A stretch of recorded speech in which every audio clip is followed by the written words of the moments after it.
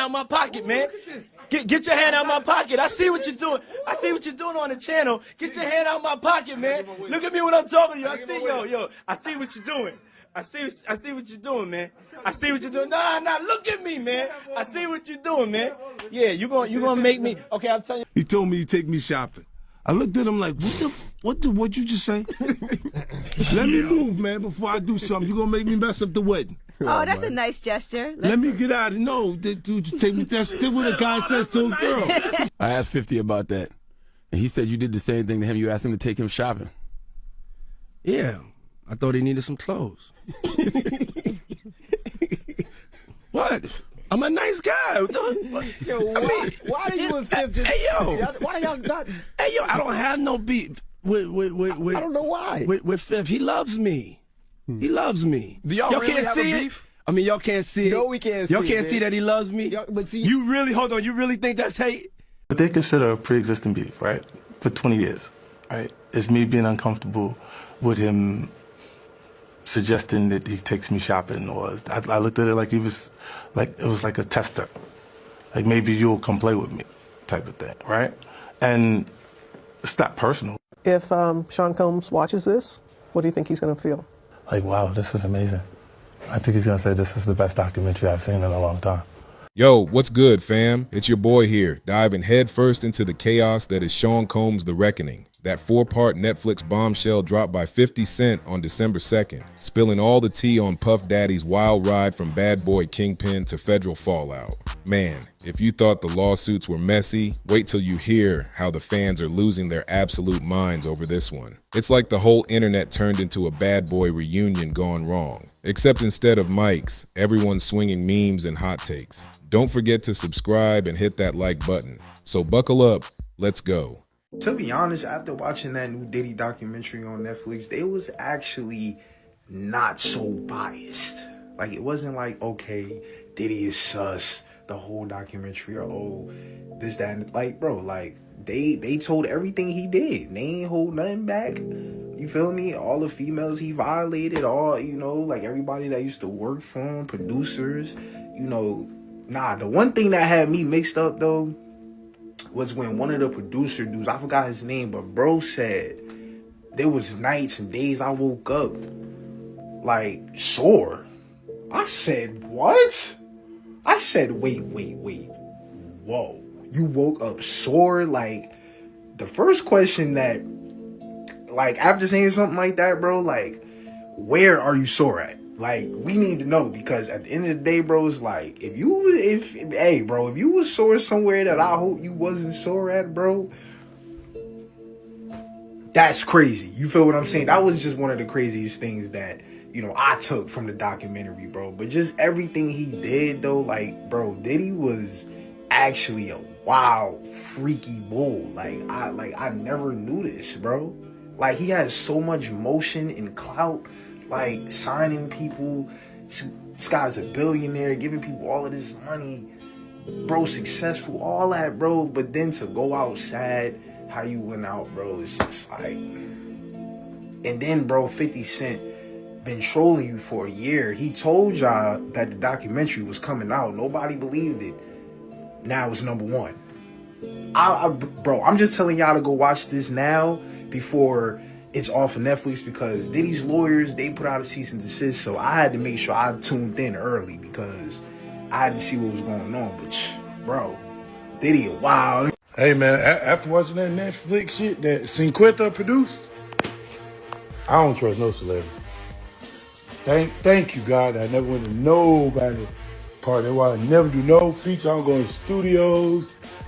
Thank you. I'm not even hot no more. Nobody even requesting me. All that shit, bro. I'm Cinquetta. You showed me something, man. Hey. No excuses. Look, man, I can't talk to no that got glasses on talking to me every time I see him. I gotta see the lies in your face. I gotta see the demon in your eyes, the angel in your eyes, the confidence in your words. I gotta know you real, what you're saying to me. I can't trust no man glasses all day, man. Look me in my eyes when we talking, man.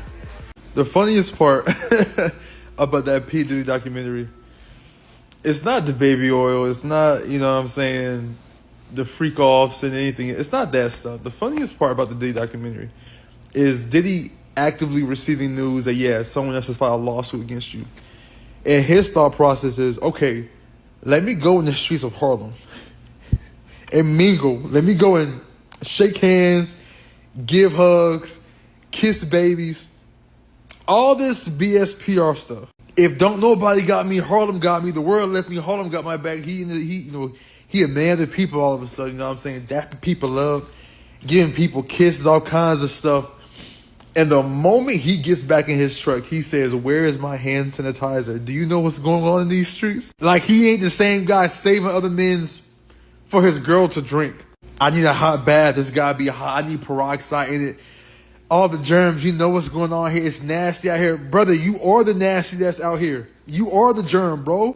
I don't feel bad for nobody that was in that Diddy documentary, because a lot of y'all was still around. Y'all was still trying to reap them benefits of being associated with Diddy until things dried up. That producer Lil Rod literally heard Justin Combs and Diddy allegedly off a man in a bathroom in a studio, tried to save that man's life, and he still ended up continuing working with Diddy. And this the thing, Lil Rod only told his side of the story because Diddy ain't give him the $250,000 that he was promised. That's the only reason why he came out about all of this. If he'd have got paid, he'd have never said a word to this day. To that Capricorn Clark girl, you was Diddy assistant for 10 plus years. You knew what Diddy was doing to them girls. That you knew they was drugged out. You knew they was getting assaulted. You knew Cassie was getting beat on, all the relationship. So come on, man. What are we talking about? Man, look, I just got finished watching 3 to 4 episodes of the Diddy documentary. And when I tell you this man rose to fame off of just pure human sacrifices is insane to me. Like, bro, the basketball charity case, 9 people died. He rose to fame. Then boom, throughout the whole documentary, you see pictures of Biggie. Biggie looked like he was in fear for his life while he was in LA. He wanted to go to London. Diddy went around and canceled his whole flight, then threw an after party the night of his death, and then made him pay for his own funeral, bro. Like, at first, I didn't even want to watch the Netflix series at all until I saw that Diddy went around and called for a cease and desist letter on Netflix and 50 Cent. That's what really made me intrigued on watching this whole documentary, like, for real, for real. And then on top of that, they wouldn't even had all of that behind the scenes footage if it wasn't for the videographer, because Diddy didn't even think to pay the dude. Like, bro, that's how you know Diddy fucked around on everybody.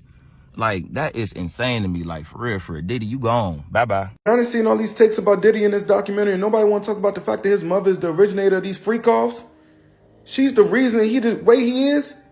What you mean you was 12 years old up until 3, 4 in the morning talking about do that dance? They got a bunch of drinks and substances floating around, a bunch of pimps, ball players, everybody getting down, fucking and all that shit right in front of your kid. Your kid, I know them type of mamas.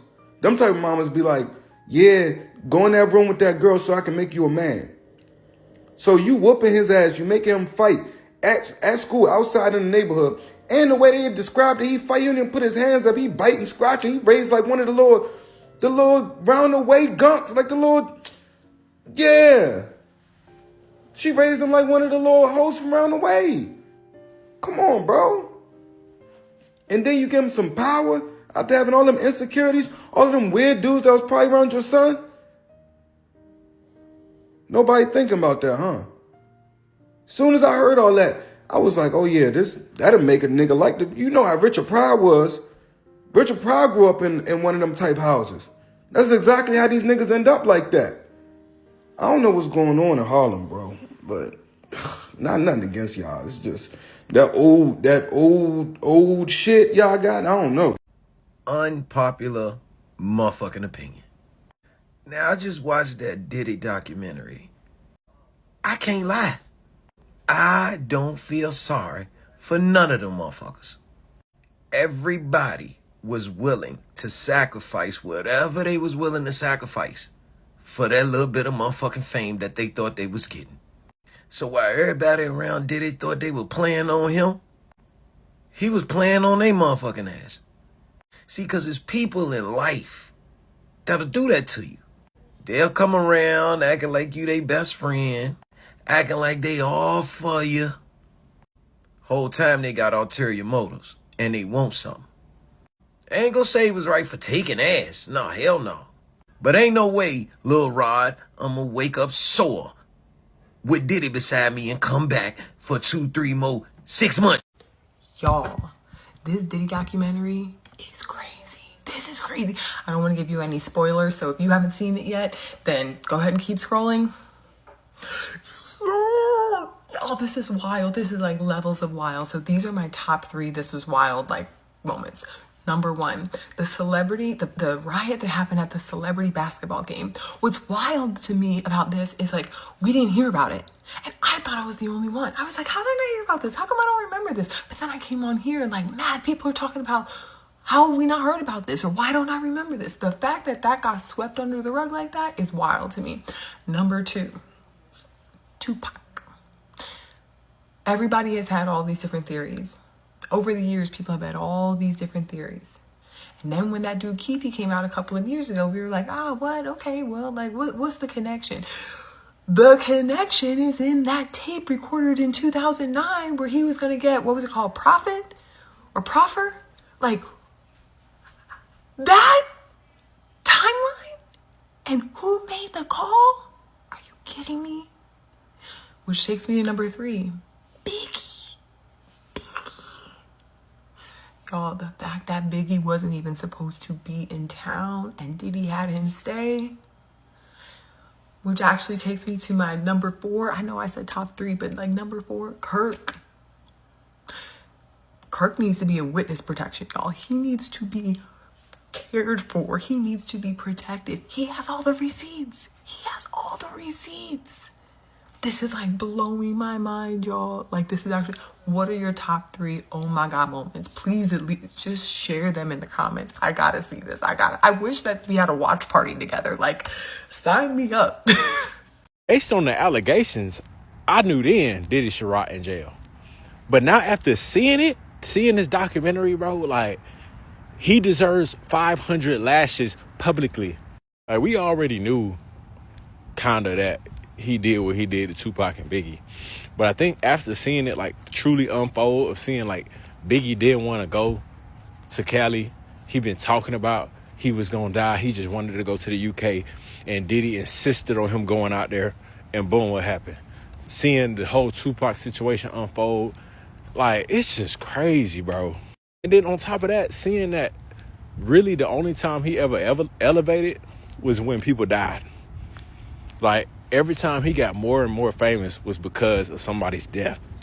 He set Biggie up, got him killed, and then threw on this big old funeral, ride around through the city, and then had Biggie pay for his own funeral, bro. Buddy is sick. Then he had a professional banger come out and bang Cassie on Biggie's death anniversary every year. And then would collect things from that professional banger in a cup so he can watch Cassie pour it on herself and drink it when he wants. But the thing also with Diddy is that he only had power over the people he had leverage on. If he didn't have leverage on you, he would just try to kill you. And I'm not victim blaming, to the full extent. However, a lot of those people also admitted that they looked at Diddy as God. They looked at Diddy as their savior that has made them, helped them get out of the hood, helped them so far in life. Like, that was a problem as well. Because there's no way Buddy said that he used to wake up sore and he would look over and it'd be Diddy laying next to him and he just continue doing that, bro. It would only take one time. However, it took more than that because he was trying to get more money, more fame, and elevation in his career. So he didn't think nothing of it, nor did he truly care at the time. And let's not forget, he only got 50 months, which he probably will be out sooner. The same dude that when he knew he was going down, he could care less about what he actually did. He was just trying to find a way to get away with it. He put what in the baby oil? He put... Friend, pick up the phone. So I remember, like, when I was growing up, every time we would see Diddy in a video or on the song, we would be like, here he go. Because we knew that he was not talented. I always knew that Diddy just wanted to be a part of something, even though he had no real talent. You know what I'm saying? I was just like, you know how when you hear a song and you like, yeah. And then you hear him, you like, oh, shit. That's what it was, right? But I had no idea the level of evil until watching this documentary. That case, that court case did not nearly pinch the surface of who that man is. Not was, is. And the way he slid across that stage and spun after allegedly being responsible for Tupac and Biggie's death is insane. And then everyone else that knew or had direct hand in information were either dead or in prison. There's so much that I want to talk about, but I know that y'all haven't watched it. But I just finished episode 3. I'm on 4 now. But in episode 3, I had to pause it, like process it a little bit, and be like, because what do you mean on the anniversary of Biggie's death, every year you had a freak off? What do you mean? And then the more I see the behind the scenes footage, I see a man that is a demon, y'all. Like, you could look in his eyes and you can see, like, he is not right. From a child, he probably has been fighting those demons. Ugh. All right, that's all I'm gonna give you.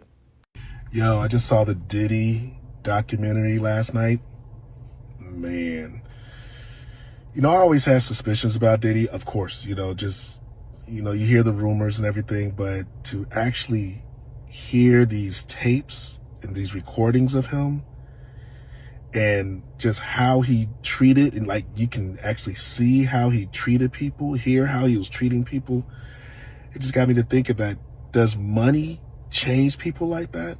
Does power change people? Like, do you automatically turn evil when you get so much power or money, or is it just you've always been that way? I don't know, but I'm sad. I'm sad about what I'm seeing, and like, is he really behind all this stuff that I grew up on in the 90s with Pac and Biggie, and listening to Pac, listening to Biggie, growing up with them, and obviously their passing, crushed the whole country and the world. To know that Diddy may have had something that's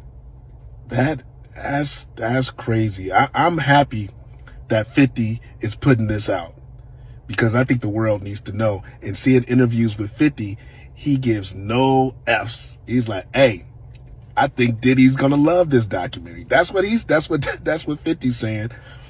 But man, it's wild, y'all. Y'all gotta see that. People talking about, oh, P. Diddy. Like, okay, first of all, I don't know why people are taking up for anything P. Diddy is saying or doing in the first place. But people are taking this one part of the documentary saying that 50 Cent stretched it. When P. Diddy got in the car and he was like, oh my God, I need to wash my hands, after shaking all them people's hands and hugging all them people, I need to take a bath, as if he doesn't have clothes on. I need to take a bath. I need to wash my hands. I need hand sanitizer. Whatever he said. It's not the fact that he wants to take a bath or that he wants to wash his hands. There's nothing wrong with that. It's the fact that he vocalized it. It was clearly like ill peasants. It was clearly a little bit malicious. Like, y'all don't, like, you didn't have to get straight in the car and tell everybody about how you need to clean yourself because of the people. Like, why not just go home and do it? Do you vocalize that you want it? Like, I don't know. I just feel like it's the fact that he vocalized it in the way he said it. Like, y'all just the stuff be going right over your head. Like, and the fact that y'all in the comments taking up for him in the first place is disgusting. Who cares if 50 Cent was wrong or was overreaching? You would never hear me say it. Yes, let's condemn him for every little small thing, reaching or not. How about that? How about let's keep him in jail? Y'all, I usually don't do stuff like this, but since it is a topic of discussion right now, Diddy is the prime example as to why I tell my family and my friends, certain people they have around them or bring around them, I be like, you gotta watch that person. I don't know what it is. I could be wrong, but you just gotta watch. Diddy is that person. That is the example of what I'm talking about. Watch a person. They could be right up under your nose, plotting on you the whole entire time. He was so jealous and envious of Tupac. It didn't make no sense. Like, you literally, you the reason why all these great legends are gone. Like, he has brought so much hurt and pain to so many people's families. It's ridiculous. He is such a nasty person. You didn't pay your friends. He is just nasty, for real. Man, not y'all thinking 50 went too far with the Netflix documentary about Diddy. All the shit that Diddy done pulled, and y'all think 50 was the one who went too far? Why is it that y'all think he shouldn't have been exposed? Like, what's wrong with y'all? That man was really a fucking monster. Like, what's wrong with y'all? All these years, the impression, the depiction that was painted about Suge Knight, all these years, that was Diddy. That was Diddy. All the shit, all the big bad wolf, the bully, and the power tripping that everybody said about Suge Knight, the extorting and all this, that was Diddy. That was Diddy, man. That motherfucker was something else. So as I stated already, he may not deserve to be in prison for the Cassie allegations because we saw the loopholes in that. But he definitely deserved to be in that motherfucker for everything else. And he should have been in there a long time ago. There's no actual reason that he should be seeing the daylight anytime soon, if ever. If this got your brain buzzing like a post-binge migraine, drop your wildest fan reaction in the comments below. Did it make you side-eye your old No Way Out CD? Smash that like button if your team Truth Hurts But We Need It. And subscribe for more unfiltered reactions so you never miss the mess. Peace.